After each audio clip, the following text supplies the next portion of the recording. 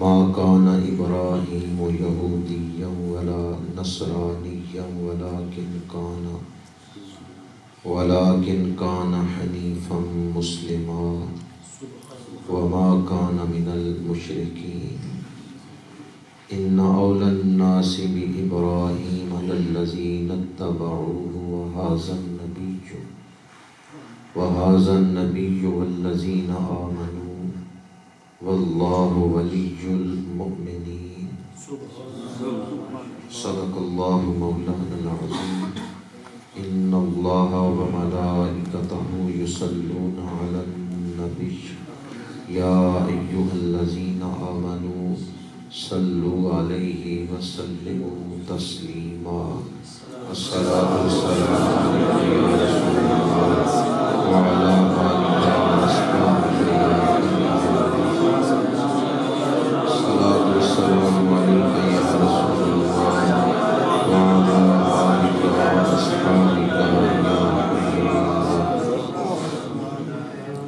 محسن اہل سنت عاشق خیر الورا قرۃ عیون صلحاء حضرت مولانا قاری قربان علی صاحب زید شرفہ، عاشق خیر الورا فخر اہل سنت حضرت مولانا قاری سیف اللہ صاحب زید شرفہ، حضرت علامہ مفتی وقاص احمد صاحب، عاشق خیر الورا جناب محترم حافظ محمد حنیف صاحب، انتہائی واجب التکریم برادران اسلام، حاضرین و سامعین، اللہ پاک کا شکر ہے جس نے درس قرآن پاک کی بابرکت محفل میں حاضری کی توفیق عطا فرمائی ہے۔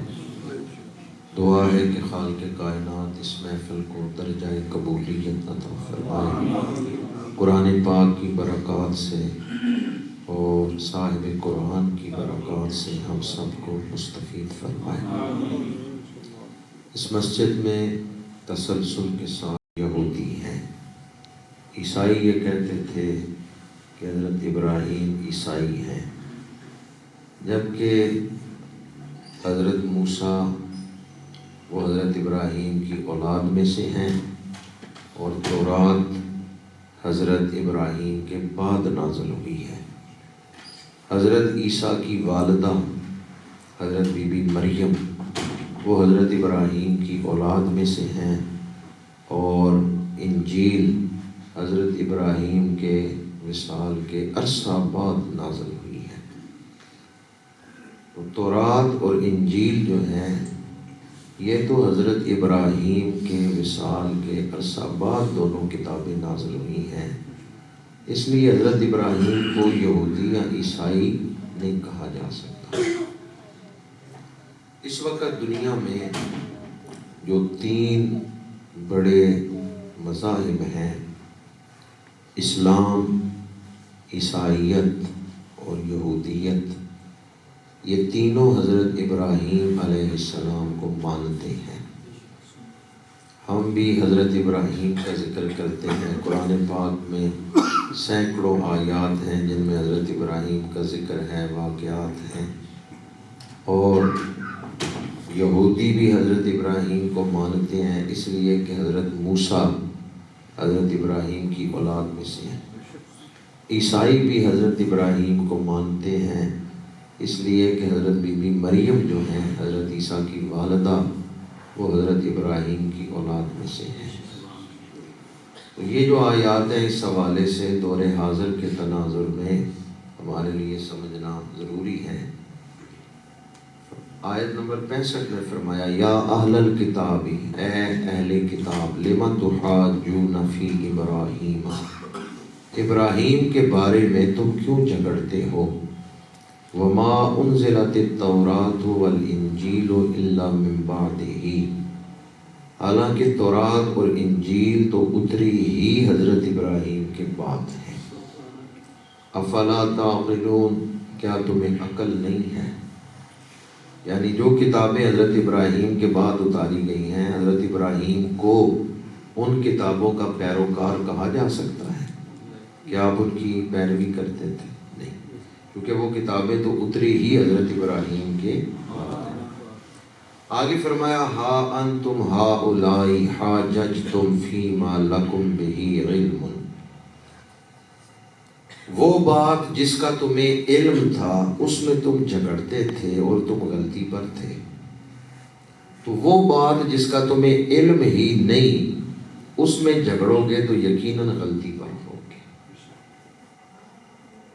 ہا انتم ہؤلائی، یہ تم ہو، حاجج تم جو جھگڑتے تھے، فیما لکم بہ علم اس بات میں جس کا تمہیں علم تھا، فلم تحاجون فیما لیس لکم بہ علم، تو جس کا علم نہیں جب اس کے بارے میں جھگڑو گے تو یقیناً تم حق پہ نہیں ہوگے۔ یعنی اس بات کا تو انہیں پتا تھا کہ حضرت ابراہیم پہلے گزرے ہیں اور حضرت موسیٰ حضرت عیسیٰ بعد میں آئے ہیں، پھر بھی وہ کہہ رہے تھے حضرت ابراہیم یہودی ہیں یا حضرت ابراہیم جو ہیں وہ عیسائی ہیں۔ تو جب ایک بات کا علم ہوتے ہوئے وہ غلط استدلال کر رہے ہیں، تو جس بات کا علم ہی نہیں اس میں اگر جھگڑیں گے تو یقیناً غلطی کریں گے۔ واللہ یعلم وانتم لا تعلمون، اور اللہ جانتا ہے تم نہیں جانتے۔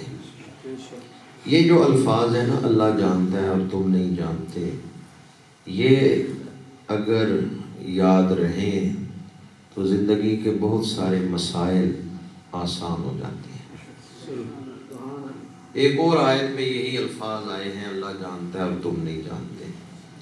عَسَىٰ أَن تَكْرَهُوا شَيْئًا وَهُوَ خَيْرٌ لَكُمْ وَعَسَىٰ أَن تُحِبُّوا شَيْئًا وَهُوَ شَرٌّ لَكُمْ وَاللَّهُ يَعْلَمُ وَأَنْتُمْ لَا تَعْلَمُونَ۔ فرمایا ہے ممکن ہے تم کسی چیز کو ناپسند کرو جبکہ وہ تمہارے لیے بہتر ہو، اور یہ بھی ممکن ہے کہ تم کسی چیز کو اپنے لیے اچھا سمجھو، اس سے محبت کرو، اسے پسند کرو جبکہ وہ تمہارے لیے بہتر ہو۔ اللہ جانتا ہے تم نہیں جانتے۔ جو الفاظ یہاں ہیں نا واللہ یعلم وانتم لا تعلمون، اس آیت میں بھی یہی الفاظ ہیں واللہ یعلم وانتم لا تعلمون، اللہ جانتا ہے اور تم نہیں جانتے۔ صلح حدیبیہ میں مسلمانوں کی تعداد 1500 ہے، 1400 سے کچھ زیادہ ہے۔ کافروں کی شرطیں مان کے صلح کی گئی ہے۔ تو اب یہ ایسی صورتحال تھی جس میں بعض صحابہ پریشان تھے کہ ہم کافروں کی شرطیں مان کے کیوں صلح کر رہے ہیں، ہم کمزور نہیں ہیں، ہم لڑ سکتے ہیں، پھر ہم کافروں کی شرطیں مان کے کیوں صلح کر رہے ہیں۔ لیکن صحابہ کو یہ اطمینان تھا کہ ہم جو صلح کر رہے ہیں وہ اللہ کے رسول کے حکم پر کر رہے ہیں۔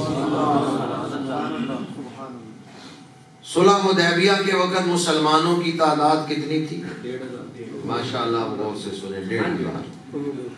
2 سالوں بعد حضور مکہ فتح کرنے کے لیے آئے ہیں، وہ 1500 نہیں ہے، 10,000 کی تعداد۔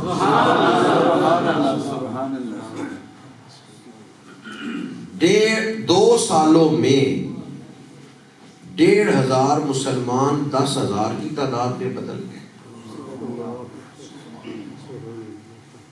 حالانکہ تقریباً 6 سال تو گزر گئے ہیں مدینہ منورہ میں تبلیغ کرتے ہوئے، 13 سال مکے میں، تو تعداد کتنی تھی؟ 1500۔ مکی دور گزر گیا سارا، تقریباً 13 سال۔ 6 سال ادھر مدینہ منورہ میں گزر گئے، تقریباً 19 سال گزر گئے، ابھی تعداد 1500 ہے۔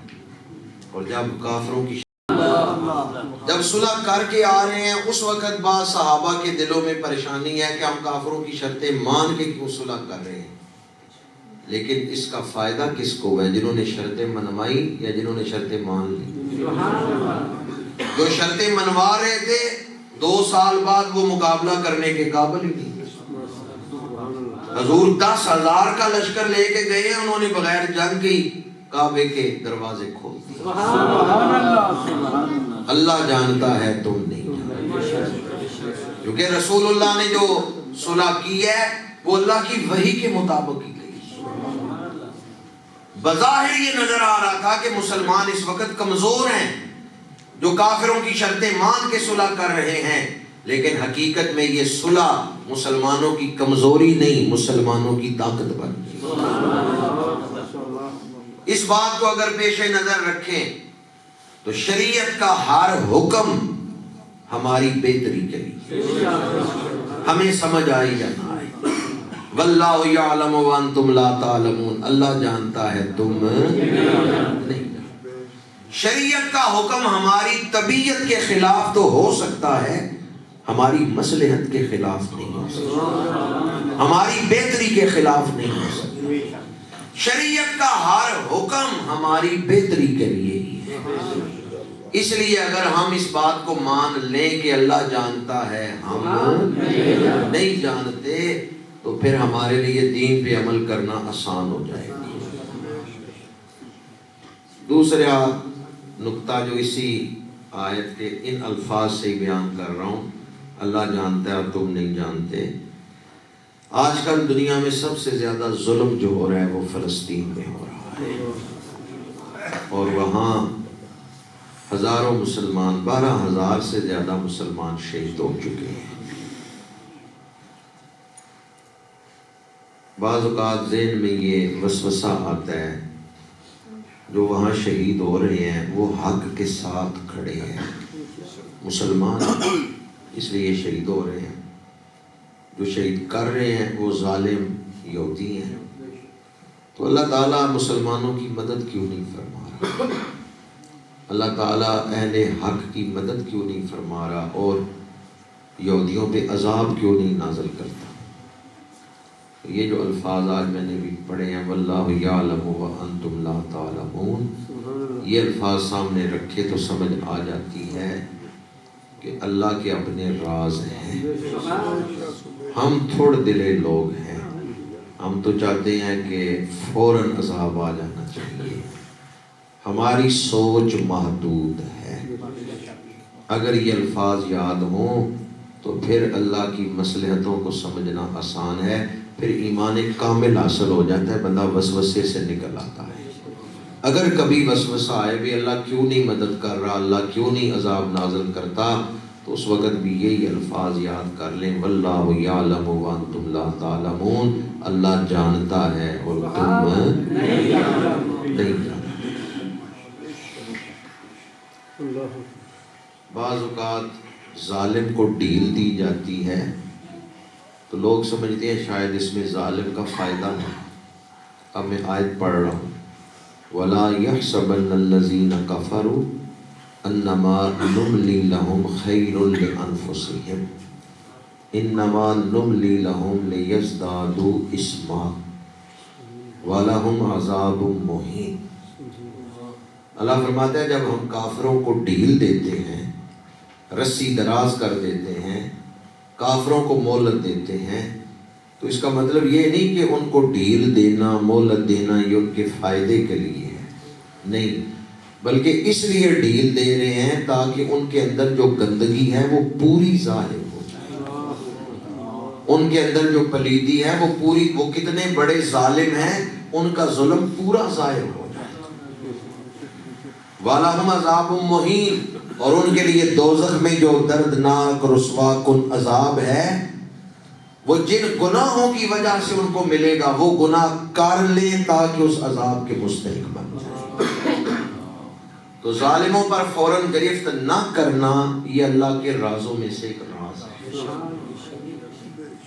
اور ایک راز ان میں سے جو آیت ابھی میں آپ کو سنا رہا ہوں کہ انما نملی لہم لیزدادوا اثما، اس لیے انہیں مہلت دی گئی تاکہ وہ گناہوں میں اور آگے بڑھیں، تاکہ ان کے اندر جو مثلا کسی ظالم نے ظلم کیا ہے، پہلے دن ہی اللہ نے عذاب نازل کر کے اسے ہلاک کر دیا، تو ہم کہیں گے بس یہ تھوڑا سا ہی ظالم تھا، لیکن اگر اسے مہلت ملے اور وہ ظلم پہ ظلم، ظلم پہ ظلم کرتا رہے، پھر ہمیں پتہ چلے گا یہ اندر سے کتنا بڑا ظالم ہے، پھر اس کی حقیقت ظاہر ہوگی۔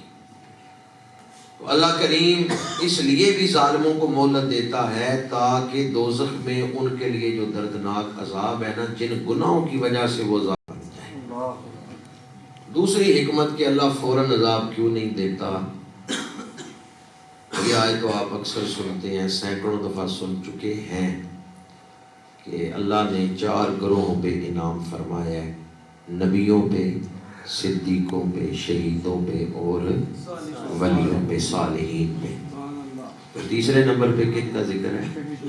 شہیدوں کا۔ شہید پہ انعام تب بھی ہوگا نا جب وہ زخم بھی کھائے گا۔ خالی زخمی ہو جائے، خون بہہ جائے تو اب وہ شہادت کے درجے پہ پہنچ گئے؟ نہیں، اس نے جان بھی دینی ہے، جان دے گا تو پھر شہید ہوگا۔ شہید حکمی میں اور شہید حقیقی میں فرق ہے۔ جس کو مرہم پٹی کی مہلت ہی نہیں ملی، میدان جنگ میں ہی جان دے دی، وہ شہید حقیقی ہے۔ اور جو زخمی تو ہوا ہے میدان جنگ میں لیکن جان گھر آ کے دی ہے، وہ بھی شہید ہے، لیکن وہ شہید حقیقی کے درجے سے نیچے ہے۔ اگرچہ وہ انہی زخموں کی وجہ سے جان دے رہا ہے، لیکن گھر آ کے دے رہا ہے، مرہم پٹی کی ہے، اب یہ بعد میں فوت ہو رہا ہے، شہید ہے لیکن یہ شہید حقیقی کے درجے سے تھوڑا نیچے۔ تو شہید وہی ہے جس نے جان دی۔ اب آپ کے بھئی زخم بھی نہ آئے، درد بھی نہ ہو اور شہادت بھی مل جائے، جی زخم بھی نہ آئے، خون بھی نہ بہے، تکلیف بھی نہ ہو، جان بھی نہ دینی پڑے اور بندہ شہید بھی ہو جائے، جان تو دینی پڑے گی تبھی مرتبہ شہادت ملے گا۔ تو ایک حکمت یہ ہے کہ اللہ تعالیٰ آزماتا ہے، وَلَنَبْلُوَنَّكُمْ بِشَيْءٍ مِّنَ الْخَوْفِ وَالْجُوعِ وَنَقْصٍ مِّنَ الْأَمْوَالِ وَالْأَنفُسِ وَالثَّمَرَاتِ وَبَشِّرِ الصَّابِرِينَ۔ ظالموں کو ڈھیل دی جاتی ہے، وہ ظلم کرتے ہیں، مظلوم کی آزمائش ہو رہی ہے تاکہ اس کا ایمان ظاہر ہو جائے۔ مظلوم جب صبر کرتا ہے اللہ اس کے گناہ معاف کرتا ہے، مظلوم جب صبر کرتا ہے اللہ اس کے درجے بلند کرتا ہے۔ بعض لوگ ایسے ہیں ان کے پاس اعمال حسنہ کی کثرت نہیں، صرف شہید ہوئے، شہادت کی وجہ سے ہی اللہ نے انہیں بلند مرتبے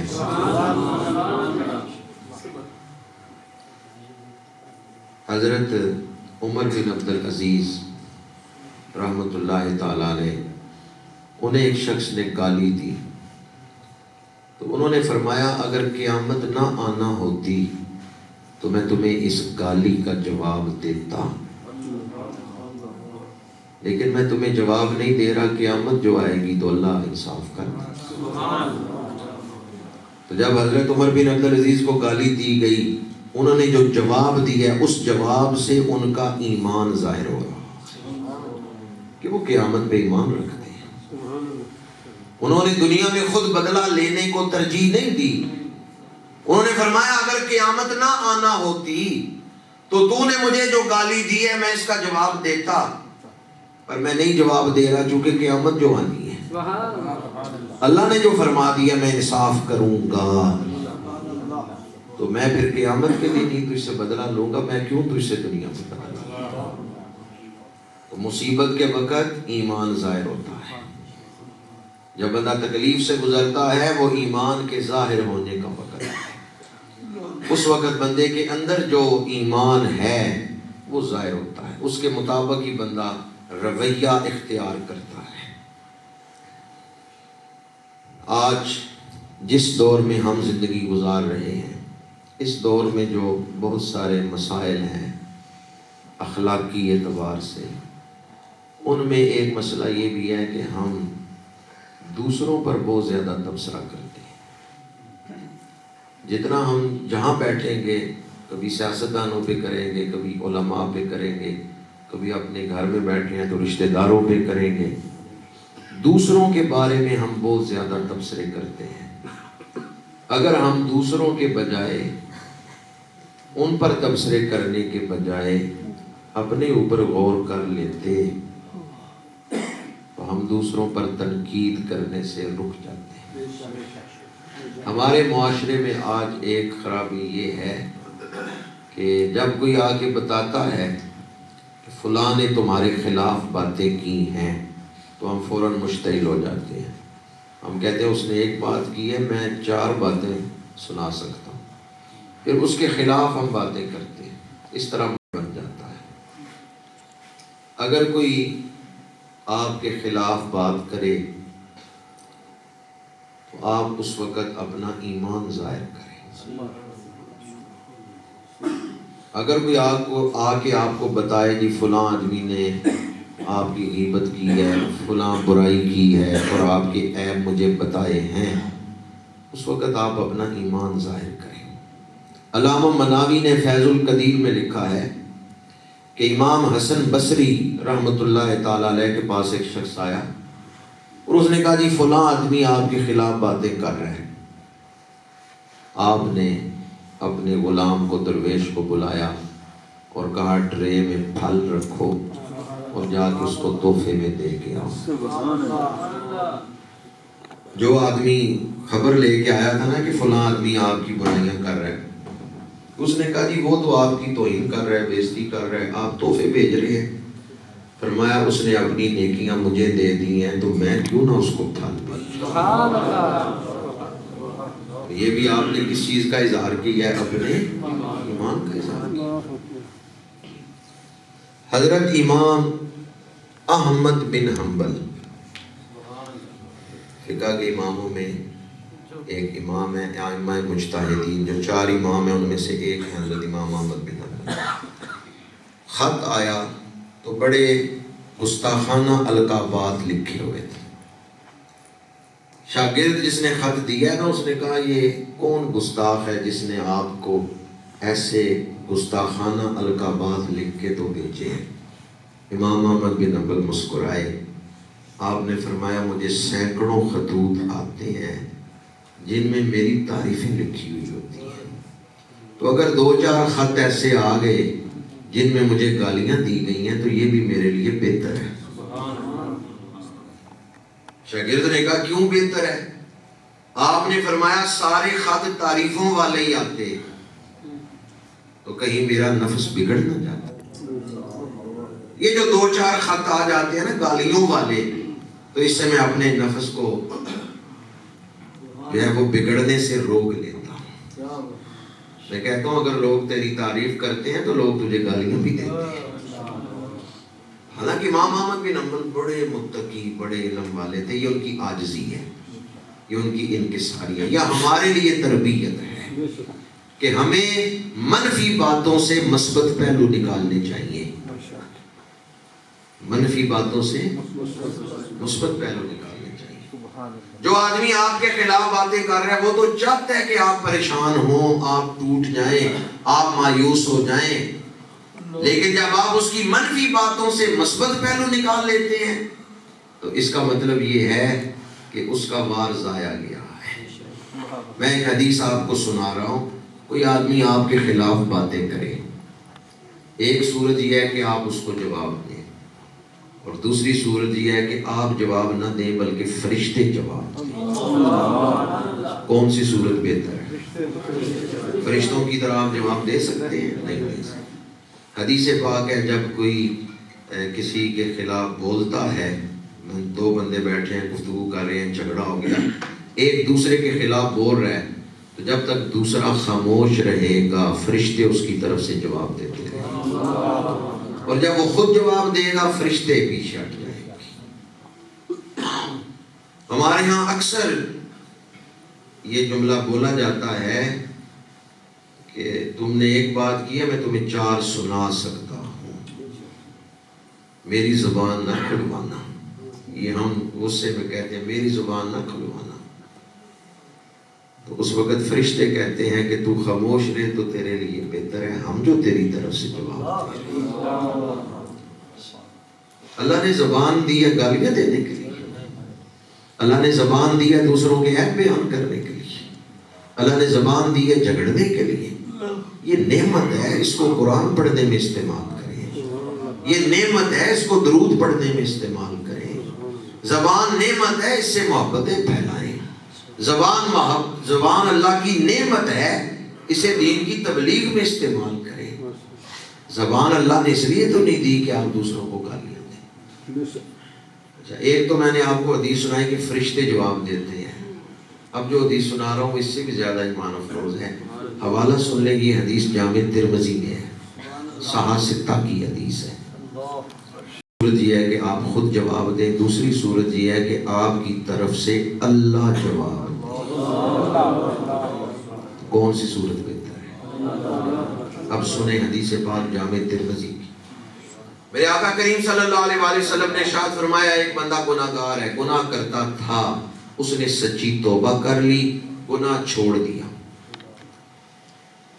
کسی سے جھگڑا ہوا، جھگڑنے والے نے پرانا گناہ یاد کروایا، کہا تو وہی ہے نا جو شراب پیتا تھا. حالانکہ یہ بندہ شراب چھوڑ چکا ہے، سچی توبہ کر چکا ہے، پرانی بات یاد کرائی ہے، وہ گناہ جو وہ چھوڑ چکا ہے اس گناہ کا تانا دیا ہے. میرے آقا کریم فرماتے ہیں جس نے تانا دیا ہے نا، مرنے سے پہلے پہلے وہ خود اس گناہ میں مبتلا ہوگا. یہ ہے اللہ کی طرف، یہ ہے اللہ کی طرف سے جواب. ایک بندہ گناہ چھوڑ چکا ہے، آپ اس کو پرانا گناہ یاد کرا کے تانا نہ دیں، ورنہ ڈر جائے کہ کہیں میں خود نہ اس گناہ میں مبتلا ہو جائے. یہ حدیث پاک ہے جو میں نے آپ کو سنائی. حضرت ابراہیم کا ذکر ہو رہا ہے، تو جو موضوع میں آپ کے سامنے بیان کر رہا ہوں اس سے حضرت ابراہیم کی مثال ہی دے رہا ہوں. جب ہمارے خلاف کوئی بات کرتا ہے تو ہم اس وقت فوراً یہ سوچ کے مشتعل ہوتے ہیں کہ اگر اس کی باتیں جاری رہیں تو میری عزت خراب ہوگی، برادری میں میری عزت نہیں رہ جائے گی، معاشرے میں میری عزت نہیں رہ جائے گی. آپ اس وقت اپنے ایمان کی طاقت سے کام لیں. ساری دنیا آپ کو بے عزت کرنا چاہے، اللہ عزت دینا چاہے، تو کوئی آپ کو بے عزت نہیں کر سکتا. اور اگر سارے لوگ آپ کو عزت دینا چاہیں، اللہ بے عزت کرنا چاہے، تو کوئی عزت دے سکتا ہے؟ وَتُعِزُّ مَن تَشَاءُ. حضرت ابراہیم علیہ السلام، قوم میلے پہ گئی ہے، آپ نے بت توڑے ہیں، قوم واپس آئی سارے حضرت ابراہیم کے خلاف، کیونکہ وہ پجاری تھے بتوں کے، ان کے خداؤں پر آپ نے کلڑا چلایا. نمرود کے پاس لے گئے، نمرود نے آگ میں ڈالنے کا حکم دیا. جب آپ کو آگ میں ڈالا گیا، ساری قوم کی زبانیں حضرت ابراہیم کے خلاف چل رہی، آگ گلزار بن گئی. اب تو قوم کو چاہیے تھا مان لیتے، پر قوم نہیں مانی، پھر حضرت ابراہیم کے خلاف ہی باتیں کر رہے ہیں. نمرود نے آپ کو ملک بدر کر دیا. اگر کسی کو یہ سزا دی جائے کہ تو ہمارے ملک میں نہیں رہ سکتا، نکل جا، تو پھر یہ توہین ہے. لوگ زبانیں کھولتے ہیں. حضرت ابراہیم علیہ السلام یہ نہیں دیکھ رہے کہ قوم کیا کہہ رہی ہے، وہ اللہ کے نبی ہیں، خلیل اللہ ہیں، وہ یہ دیکھ رہے ہیں میرا رب کس بات میں راضی ہے.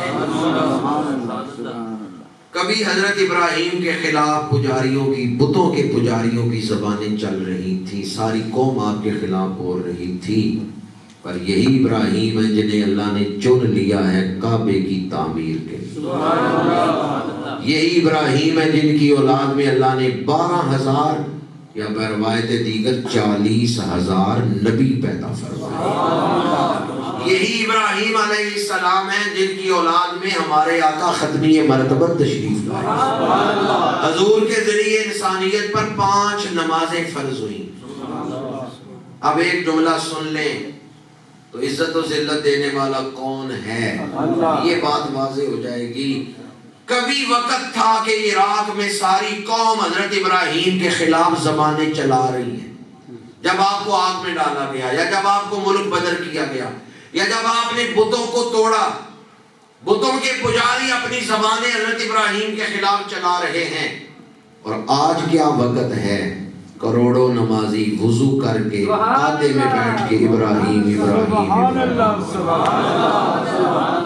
اللہم صلی علی محمد وعلی آل محمد کما صلیت علی. روز ذکر ہو رہا ہے یا نہیں ہو رہا ہے؟ اور پھر تعظیم سے ذکر ہو رہا ہے یا نہیں ہو رہا ہے؟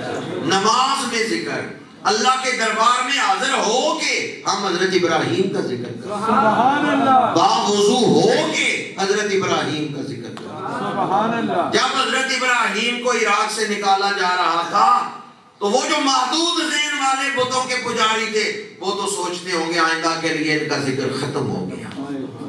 ان کی زبانیں حضرت ابراہیم کے خلاف چل رہی تھیں، پر آج بھی دنیا میں کروڑوں نمازی روزانہ 5 دفعہ حضرت ابراہیم کا ذکر کرتے ہیں۔ سبحان اللہ، سبحان اللہ۔ نعرہ تکبیر، اللہ اکبر، نعرہ رسالت، یا رسول اللہ، نعرہ حیدری، یا علی، عظمت و شان مصطفیٰ، محفل درس قرآن۔ عزت دینے والا کون ہے؟ اب ذرا حضرت ابراہیم کی عزت دیکھیں۔ یہ آیت جو میں آپ کو سنا رہا ہوں، پچھلی آیات کے حوالے سے آیت نمبر 67 یہ سن لیں، پھر اگلی آیت جو حضرت ابراہیم کی عزتوں کا بیان ہے۔ ما کان ابراہیم یہودیا ولا نصرانیا، فیصلہ کرتے ہوئے اللہ کریم نے فرمایا حضرت ابراہیم نہ یہودی نہ عیسائی، ولیکن کان حنیفا مسلما، بلکہ وہ ہر باطل سے دور رہنے والے، حنیف کہتے ہیں دور رہنے والا، پکا مسلمان، مسلمان تھے۔ وما کان من المشرکین، اور آپ مشرکوں میں سے نہیں تھے۔ اس کی عزت ہو اسی کے قرب کی آرزو کی جاتی ہے۔ فرمایا ان اول الناس بابراہیم، بے شک سب لوگوں میں سے ابراہیم کے زیادہ قریب للذین اتبعوہ، وہ ہیں جو ان کے پیروکار ہیں۔ یعنی تم ابراہیم کا قرب حاصل کرنا چاہتے ہو، حضرت ابراہیم کی پیروی کرو۔ وَهَذَا النَّبِيُّ، اور یہ نبی یعنی رسول اللہ حضرت ابراہیم کے سب سے زیادہ قریب۔ وَالَّذِينَ آمَنُوا، اور ایمان والے، کتنی عزت ہے حضرت ابراہیم۔ وَاللَّهُ وَلِيُّ الْمُؤْمِنِينَ، اور اللہ ایمان والوں کا والی ہے، اللہ دوست ہے ایمان والوں کا۔ حضرت ابراہیم علیہ السلام کے حوالے سے جہاں میں نے ان آیات کا ترجمہ آپ کو سنایا اور ایک نقطہ معاشرتی اصلاح کے حوالے سے آپ کے سامنے بیان کیا ہے، اسی کی تشریح میں یہ بات عرض کر رہا ہوں کہ آج اس دور میں سوشل میڈیا چونکہ آ چکا ہے، ٹی وی جیب میں ہے۔ پہلے ٹی وی گھر میں ہوتا تھا، اب ٹی وی جیب میں ہے۔ جب سے موبائل کے اندر ٹی وی آ گیا ہے، اس سے تنقید بہت زیادہ بڑھ گئی ہے۔ ہمارے ہاں اگر اینکر حضرات، صحافی حضرات، ان کا آخرت پہ صحیح ایمان ہوتا تو آج کل جو طوفان بدتمیزی برپا ہے یہ برپا نہ ہوتا۔ جو آج کل حالات ہیں، پراپیگنڈے کا زور ہے، جھوٹ کا زور ہے، جھوٹی خبروں کا زور ہے، اور اسی طرح سوشل میڈیا پہ تنقید کا بھی زور ہے۔ جسے نفس مسموم، نفس مسئلہ نہیں پتہ ہوتا، وہ بھی کومنٹس کرتا ہے، منفی کومنٹس کرتا ہے۔ تو اس حوالے سے میں آپ کی خدمت میں یہ بات عرض کرنا چاہتا ہوں، حضرت ابراہیم کی شان بیان کرتے ہوئے ہی، کہ جب قوم حضرت ابراہیم کے خلاف زبانیں چلا رہی تھی تو آپ نے پرواہ کی ہے؟ آپ نے کس چیز کو ترجیح دی ہے؟ اللہ کی رضا کو۔ قرآن پاک میں واضح طور پہ دو ٹوک انداز میں اللہ والوں کی شان بیان کی گئی ہے، لا یخافون لومۃ لائم، وہ حق کے راستے میں کسی ملامت کرنے والے کی پرواہ نہیں کرتے۔ لا یخافون لومۃ لائم، وہ حق کے راستے میں کسی ملامت کرنے والے کی پرواہ نہیں کرتے، وہ حق کے ساتھ کھڑے رہتے ہیں، ہر صورت میں وہ حق کا ساتھ دیتے ہیں۔ ایسا نہیں ہے کہ ملامت کرنے والوں کی ملامت سے ڈر کے وہ حق کا ساتھ چھوڑیں۔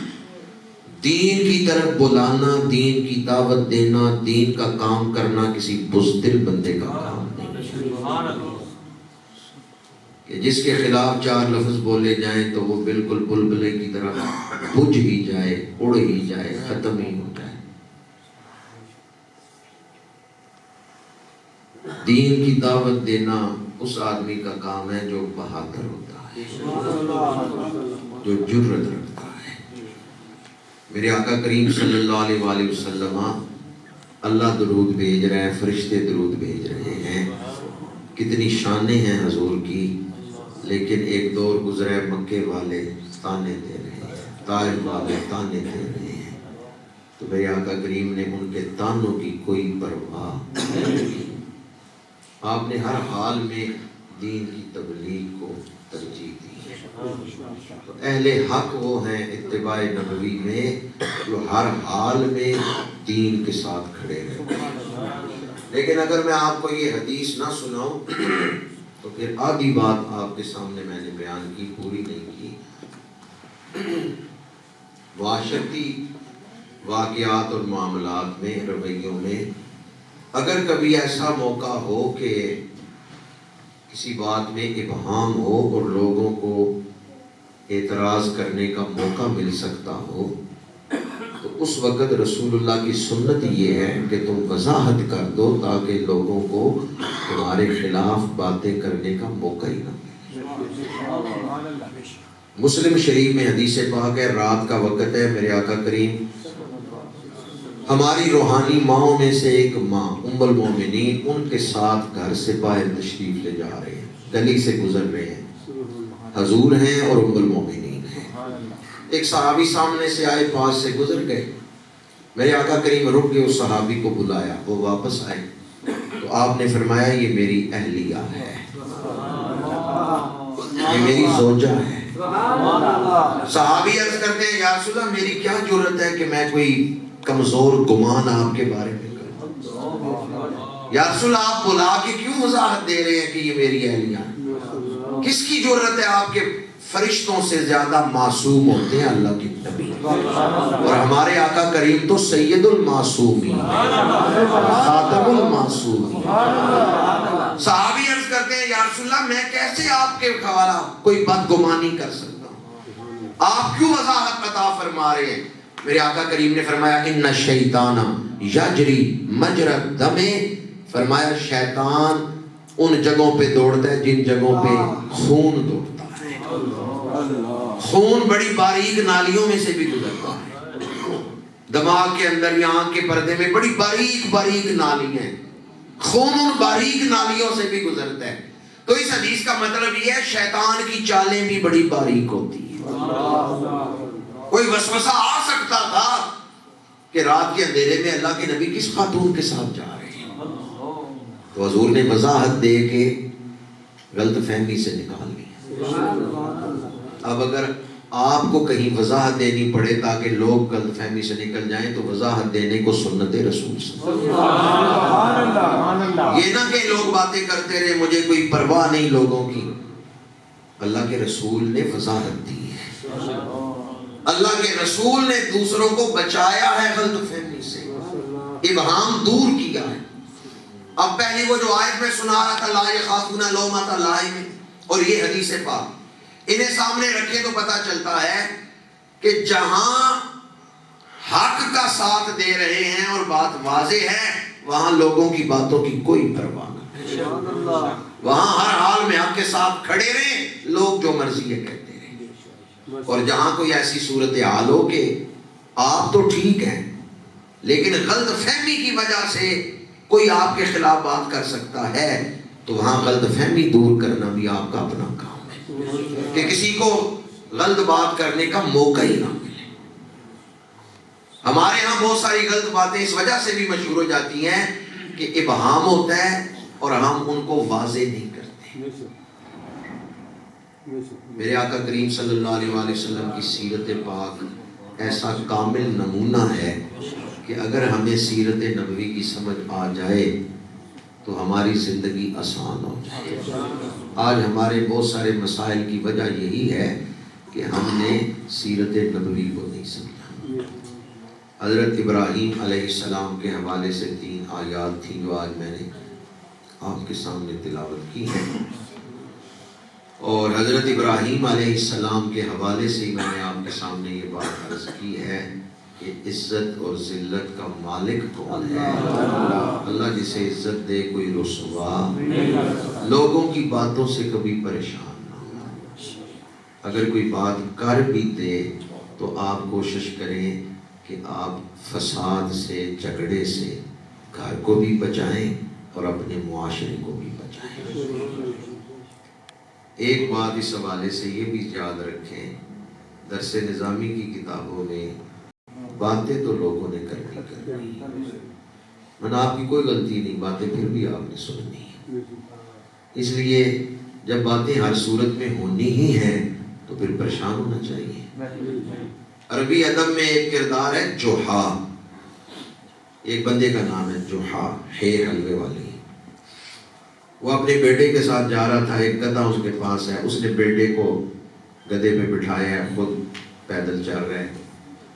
آگے سے کچھ لوگ آئے، انہوں نے کہا کیسا بے ادب بیٹا ہے، خود سواری پہ بیٹھا ہوا ہے اور باپ کو نیچے چلا رہا ہے۔ بیٹا سواری سے اتر آیا، اس نے کہا ابا جی آپ بیٹھ جائیں۔ باپ سواری پہ بیٹھ گیا، بیٹا پیدل چلنے لگا۔ تھوڑا سا آگے گئے تو کچھ لوگ آئے، انہوں نے کہا کیسا بے رحم باپ ہے، بچے کو چلا رہے ہیں، خود بیٹھا ہوا ہے۔ وہ اتر آیا، اس نے بیٹے سے کہا ہمیں کیا کرنا چاہیے؟ دونوں پیدل چلتے ہیں، دونوں پیدل چل گئے۔ آگے سے کچھ لوگ آ گئے، انہوں نے کہا کیسے بے وقوف ہیں، سواری بھی ہے اور پیدل بھی چل رہے ہیں۔ اس نے بیٹے سے کہا کیا کرنا چاہیے؟ اس نے کہا دونوں بیٹھ جاتے ہیں۔ دونوں سواری کے اوپر بیٹھ گئے۔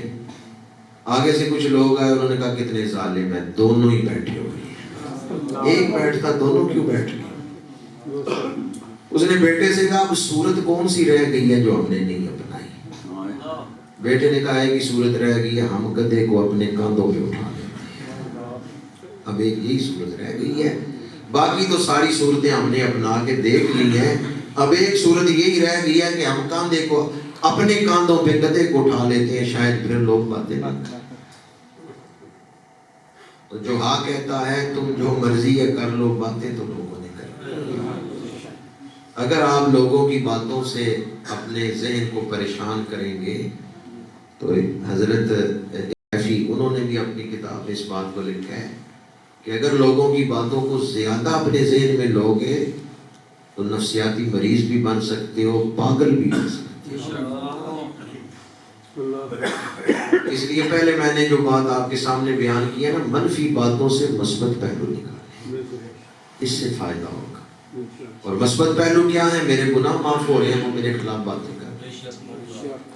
دوسرا مثبت پہلو یہ مجھے اصلاح کا موقع مل رہا ہے، وہ میرے خلاف باتیں کر رہے ہیں۔ اور تیسرا مثبت پہلو یہ ہے کہ میں کیوں جواب دوں، اللہ جو ہے جواب دے، اللہ جواب دینے کا دل کو اطمینان مل جائے۔ آپ کے اندر ایمان کی طاقت موجود ہے، آپ اپنے ایمان کی طاقت سے کام کریں۔ اور یہ بات بھی قرآن پاک میں موجود ہے کہ بعض لوگ ایسے ہیں جن کو شیطان پیچھے سے نا حج مارتا ہے، حج مارنا سمجھتے ہیں کہ تو کوئی تھوڑا طاقتور ہے، اگلا تیرے نال زیادہ ڈاڈا ہے، تو کوئی ماڑا ہے، تو کوئی کمزور ہے، تو کیوں نہیں جواب دیتا؟ تو بندہ فوراً پھر ہوا کے گھوڑے پہ سوار ہو جاتا ہے۔ آج جس دور میں ہم زندگی گزار رہے ہیں، سوشل میڈیا نے آگے انسانی مزاج کو ہی بدل دیا ہے۔ وہ آدمی جو اس دنیا سے ایمان بچا کے لے گیا وہ کامیاب۔ ہم سب چاہتے ہیں آخری وقت زبان پہ کلمہ جاری، تو آج زبان کا استعمال صحیح کریں۔ آج زبان کو جھوٹ سے، غیبت سے، چغلی سے روک لیں، گالیاں دینے سے آج زبان کو روک لیں۔ تو جو اپنی زبان کا صحیح استعمال کرتا ہے نا، مرتے دم اس کی زبان پہ کلمہ جاری ہوگا۔ اگر اپنی زبان کو ستھرا استعمال کریں گے، مرتے دم زبان پہ کلمہ جاری ہوگا۔ میں اپنی گفتگو کو اس پیغام پر سمیٹتا ہوں۔ حضرت ابراہیم کا ذکر ہے تو حضرت ابراہیم ہی کا دیا ہوا تحفہ آپ تک پہنچا رہا ہوں۔ میری حیثیت ڈاکیے کی ہے جو چٹھی پڑھ کے سنا رہا ہوں۔ حدیث پاک ہے، میرے آقا کریم جب معراج سے واپس تشریف لائے ہیں تو آپ نے فرمایا حضرت ابراہیم سے میری ملاقات ہوئی ہے بیت المعمور۔ سبحان اللہ۔ ویسے حضرت ابراہیم مسجد اقصیٰ میں بھی تھے جہاں حضور نے نماز پڑھائی، اور مسجد اقصیٰ کا ذکر آیا تو کلیجہ پھٹتا ہے یہ بات بیان کرتے ہوئے۔ 57 اسلامی ملک مسجد اقصی کے لیے آواز نہیں اٹھا سکے۔ ہمارے آقا کریم کے والد گرامی کا نام کیا ہے؟ عبداللہ، دادا جان حضرت عبد المطلب، اور پردادا جان ہاشم۔ میرے آقا کریم کے دادا جان کا نام عبد المطلب اور پردادا جان، یہ تین نام ایسے یاد رکھیں کہ مفسرین نے لکھا ہے جنہیں حضور کے شجرے میں سے تین نام یاد ہونا مرد نام کلمہ نصیب۔ عبداللہ بن عبد المطلب بن ہاشم۔ اچھا، حضرت عبداللہ کی قبر ہے مدینہ شریف، حضرت عبد المطلب کی قبر ہے مکہ شریف، حضرت ہاشم کی قبر کہاں ہے؟ غزہ میں، جہاں بم پھینکے جا رہے ہیں۔ اللہ، رسول اللہ کے پردادا جان حضرت عبد المطلب کے والد، ان کی جو قبر ہے وہ غزہ میں مزار بنا ہوا ہے۔ وہ تجارت کے سلسلے میں غزہ آئے ہوئے تھے، یہاں ان کا وصال ہوا ہے، یہاں ہی ان کی تدفین ہوئی ہے۔ تجارتی قافلے اس دور میں آتے تھے فلسطین، تو مکے سے وہ تجارت کرنے آئے ہوئے تھے یہاں غزہ میں۔ رسول اللہ کے پردادا جان حضرت ہاشم، بڑا مشہور نام ہے ہاشم، ہمارے ہاں بھی بہت سارے لوگ، بلکہ ایک پوری قوم ہے ہاشمی۔ تو یہ ہاشمی قوم جن کے نام پہ ہے نا ہاشم، ان کا مزار غزہ میں ہے، جہاں اس وقت بمباری ہو رہی ہے۔ اس لیے اگر نسب کے اعتبار سے بھی دیکھیں تو غزہ مسلمانوں کا ہی ہے۔ یہ موضوع نہیں چھیڑ رہا کہ وقت کافی ہو چکا ہے۔ اللہ تعالیٰ کی بارگاہ میں دعا اور اللہ تعالیٰ کی بارگاہ میں گڑ گڑا کے معافی مانگے کہ 57 اسلامی ملک برما کو نہیں بچا سکے، لبنان کو نہیں بچا سکے، لیبیا تباہ ہو گیا نہیں بچا سکے، عراق اجڑ گیا نہیں بچا سکے۔ کتنے اسلامی ملک انہوں نے ظالموں نے تباہ کیے ہیں، شام، لبنان، لیبیا، برما، یوگوسلاویا، عراق، یہ سب انہوں نے تباہ کیے ایک ایک کر کے، ہم نہیں بچا سکے، اور اس وقت فلسطین کو بھی تباہ کر رہے ہیں۔ اللہ تعالیٰ کی بارگاہ میں دعا کا وقت ہے، معافی مانگنے کا وقت ہے۔ عالم اسلام کے پاس کس چیز کی کمی ہے؟ ہتھیاروں کی کمی ہے، فوجوں کی کمی ہے، 2.25 ارب کلمہ کو ہے، اس کے باوجود ظالم ظلم کر رہے ہیں۔ تو اللہ تعالیٰ کی بارگاہ میں معافی مانگنے کا اور توبہ کرنے کا وقت ہے۔ میں اس پیغام پر ہی اپنی گفتگو کو سمیٹ رہا ہوں، جو حضرت ابراہیم علیہ السلام کے حوالے سے ایک حدیث آپ کو سنا رہا تھا کہ شب معراج میرے آقا کریم مسجد اقصی میں تشریف لائے تو یہاں بھی حضرت ابراہیم نے پیچھے نماز پڑھی، سبحان اللہ، سبحان اللہ۔ اور پھر میرے آقا کریم جب آسمانوں کی سیر پہ تشریف لے گئے ہیں تو وہاں بھی حضرت ابراہیم سے ملاقات ہوئی ہے۔ سبحان اللہ۔ جب اللہ کے دیدار سے واپس آ رہے ہیں پھر حضرت ابراہیم سے ملاقات بیت المعمور بھی ہوئی، یعنی عین کعبہ شریف کے اوپر آسمانوں پہ چلے جائیں تو 7 آسمانوں سے اوپر جو فرشتوں کا قبلہ ہے نا بیت المعمور، پہلے آسمان پہ ہے بیت العزت اور 7ویں آسمان پہ ہے بیت المعمور۔ وہ جو بیت المعمور ہے اس کے ساتھ ٹیک لگا کے حضرت ابراہیم بیٹھے ہوئے، انہوں نے رسول اللہ کی بارگاہ میں عرض کیا یا رسول اللہ اپنی امت کو میرا سلام کہہ دیں۔ یہ سلام ان کے لیے ہے جو حضور کے ہیں، یا رسول اللہ اپنی امت کو میرا سلام کہہ دیں۔ ہم اس قابل ہیں کہ ہمیں سلام بھیجا جائے؟ نہیں، یہ رسول اللہ کی غلامی کی برکت ہے۔ پھر حضرت ابراہیم نے فرمایا یا رسول اللہ اپنی امت سے کہہ دیں جنت کی سرزمین بڑی زرخیز ہے، زیادہ سے زیادہ درخت اگا لیں۔ میرے آقا کریم نے فرمایا، صحابہ نے عرض کیا یا رسول اللہ جنت کی زمین سرخیز ہے تو زیادہ سے زیادہ باغ کیسے ہم لگا سکتے ہیں؟ فرمایا اللہ کا ذکر کرنے سے۔ جب بھی کوئی یہ پڑھتا ہے نا سبحان اللہ و بحمدہ، تو اس کے نام کا ایک درخت جنت میں لگا دیا۔ بعض روایات میں ہے کہ حضرت ابراہیم نے فرمایا اپنی امت سے کہیں کہ جب بھی وہ جنت کے باغوں کے پاس سے گزرے تو کچھ نہ کچھ لے لیا کریں، جنت کے باغوں میں سے کچھ لے لیں۔ تو صحابہ نے عرض کیا یا رسول اللہ ہم دنیا میں ہیں، یہاں جنت کے باغ کون سے ہیں جن میں سے ہم کچھ لے لیں؟ تو حضور نے ارشاد فرمایا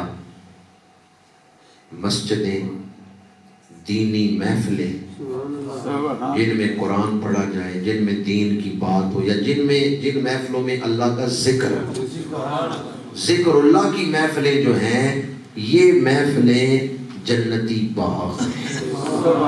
جب کسی ایسی محفل کے پاس سے گزرو جس میں اللہ کا ذکر ہو رہا ہے تو تم بھی اس محفل میں شامل ہو کے کوئی جنتی پھل حاصل کرو۔ سبحان اللہ۔ اللہ تعالی ہمیں اپنے ذکر کی توفیق عطا فرمائے۔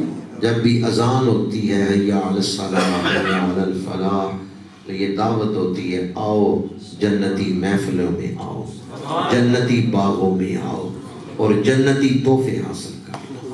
اللہ تعالی ہمیں پنجگانہ نمازی بنائے اور اللہ تعالی اس دور کے فتنوں سے محفوظ رکھے۔ وآخر دعوانا ان الحمد للہ رب العالمین۔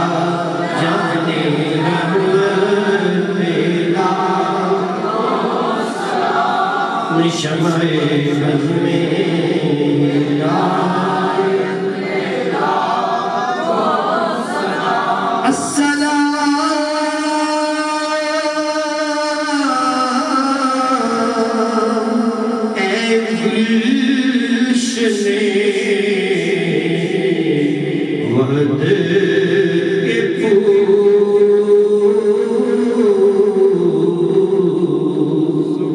یہ سنائے